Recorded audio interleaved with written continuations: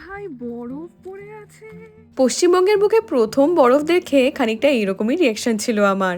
Hello everyone, আমি ইন্দ্রাণী শুভেন্দুকে সঙ্গে নিয়ে শেয়ার করছি আমাদের সান্দাকফু ভ্রমণের গল্প।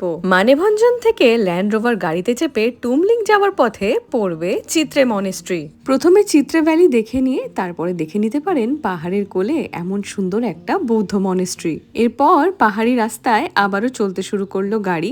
একেবারে গিয়ে থামলাম টুংলু লেকের সামনে।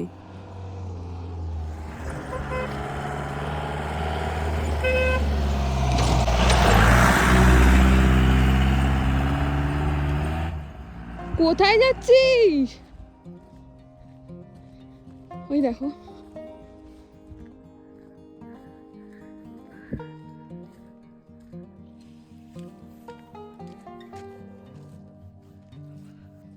কি রে? হ্যাঁ, হাট।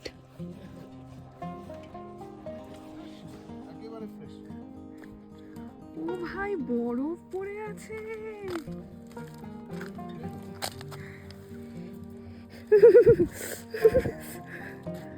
পশ্চিমবঙ্গের বুকে দেখা আমার আর শুভেন্দুর প্রথম বরফ। হ্যাঁ, হুই। মানে এটা আনএক্সপেক্টেড। আমি জানি না স্নোফল আমি কবে দেখব বা আদৌ আমাদের এই রাজ্যে দেখতে পাবো কিনা। এটা পুরোটাই কপালে, তাই না বলে?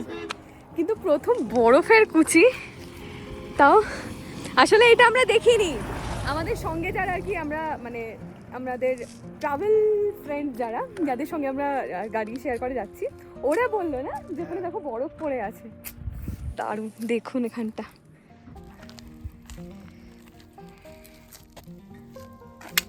মজা হচ্ছে। আমরা টুমলিং গিয়েছিলাম 23শে নভেম্বর, তার দিন দুয়েক আগেই হয়েছিল স্নোফল।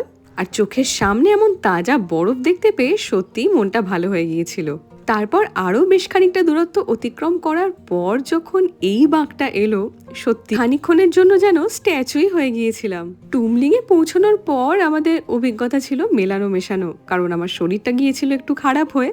তবে এমন সুন্দর নির্ভেজাল প্রকৃতির মাঝখানে সত্যি কিছুক্ষণের জন্য যেন হারিয়েই গিয়েছিলাম। প্রথমবার ইউটিউবে এরকম একটা বড় সড়ো মিনি ব্লগ দিলাম, কেমন লাগলো অবশ্যই কমেন্ট করে জানাবেন। আর বড় ভিডিওর লিংক রইল নিচে, সেটা কিন্তু অতি অবশ্যই দেখতে ভুলবেন না। টাটা।